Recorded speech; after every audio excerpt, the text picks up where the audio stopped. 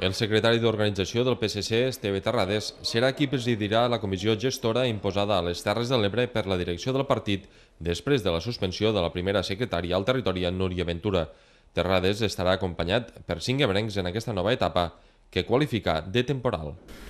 El Joan Sabater, el Josep Pitarch, portaveu del grup municipal del PSC a la Ràpita, l'Albert Alarcón, que és el primer secretari del PSC a l'agrupació d'Alcanar, l'Anna Ariño, de Tortosa, i el company Manel de la Vega, som els que composem la comissió gestora de les Terres de l'Ebre. Quan nosaltres creiem que la crisi per la que passem o la situació aquesta més complicada està superada, serem nosaltres qui tenim la potestat de decidir convocar l'assemblea o convocar a l'organisme oportú, l'estatutàriament responsable per poder triar una nova direcció en aquesta federació.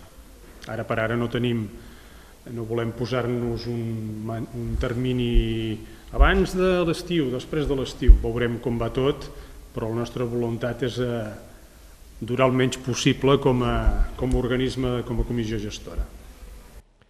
Terrades defensa la pluralitat del partit i afirma que té previst reunir-se amb tots els crítics que la setmana passada van signar una carta on demanaven la restitució de l'anterior executiva i on no reconeixien la comissió gestora.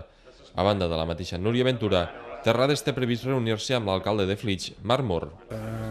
L'alcalde de Flix he vist que té, si no ho he vist malament, no s'ha donat de baixa el partit, sinó que ha renunciat o ha deixat de venir o ha dimitit de la comissió executiva del partit, i jo no he tingut encara l'oportunitat de parlar amb ell, però ho penso fer. Jo tindré una agenda de moltes trobades aquí a Terres de l'Ebre, i un amb els que tinc interès a parlar és amb el Marc, amb qui a més tinc una certa relació d'amistat i tinc interès en poder parlar amb ell. Sí, ho faré.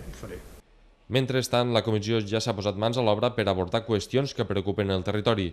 El senador Joan Sabater, com a membre de la gestora, va avançar que el partit presentarà 2 propostes de resolució al Parlament perquè hi hagi una discriminació positiva cap a les comarques de l'Ebre.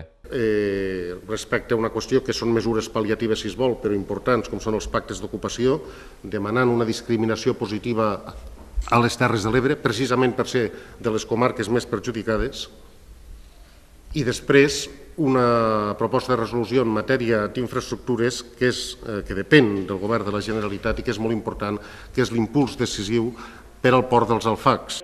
Al Senat també es presentarà una moció perquè el govern espanyol impulsi la terminal de mercaderies de l'estació de l'Aldea.